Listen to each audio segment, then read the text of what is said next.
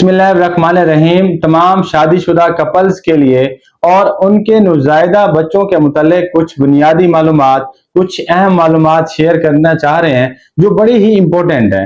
खुदारा आप अपने बच्चों को मुआशरे के गलत रस्म और रिवाज से, गलत तौर तरीके से बचाएं जो आपके बच्चे को फायदा देने की बजाय उल्टा नुकसान पहुंचा सकते हैं। और ये इंफॉर्मेशन आप अपने प्यारों तक भी पहुंचाएं ताकि उनको भी इस चीज का पता चल सके।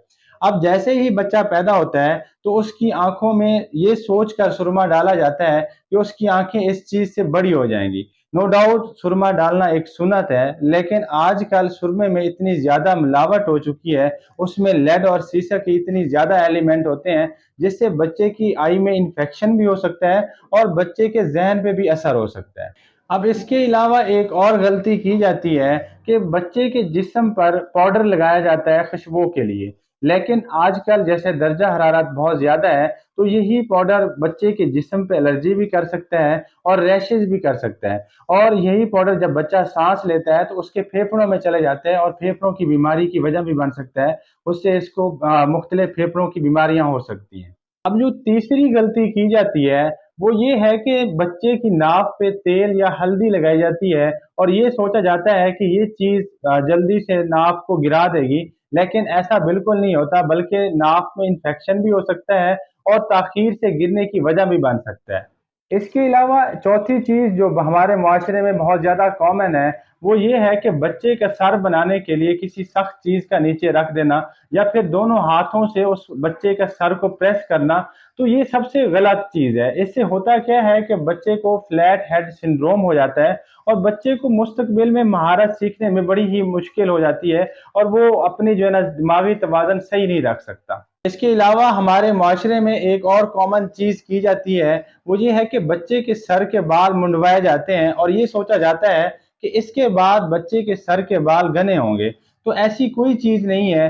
बच्चे के बाल कितने आएंगे सर पे, इस बात का तयन उस बच्चे के जीन से होता है। इसके अलावा हमारे माशरे में एक और चीज बड़ी ही कॉमन होती है कि नौज़ायदा बच्चे के जिस्म से बाल उतारने के लिए या तो फिर बेबी वैक्स इस्तेमाल करते हैं या फिर आटे का पेड़ा इस्तेमाल करते हैं।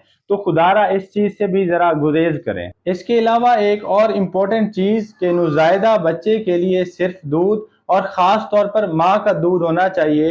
अर्क या कोई घुटी दूध के मुतबादिल नहीं हो सकती, बल्कि इससे उसको बच्चे को नुकसान भी पहुंच सकता है। इसके अलावा सबसे कॉमन जो इशू हमारे माशरे में होता है कि बच्चे की नशोनुमा के लिए, उसकी बढ़ोतरी के लिए, उसकी ग्रोथ के लिए मुख्तलिफ बाजारी आइटम इस्तेमाल करते हैं जिसमें ग्रेप वाटर शामिल है, नौनिहाल भुट्टी शामिल है। तो मैं बताता चलूं इसका बच्चे की ग्रोथ से कोई लेना देना नहीं है।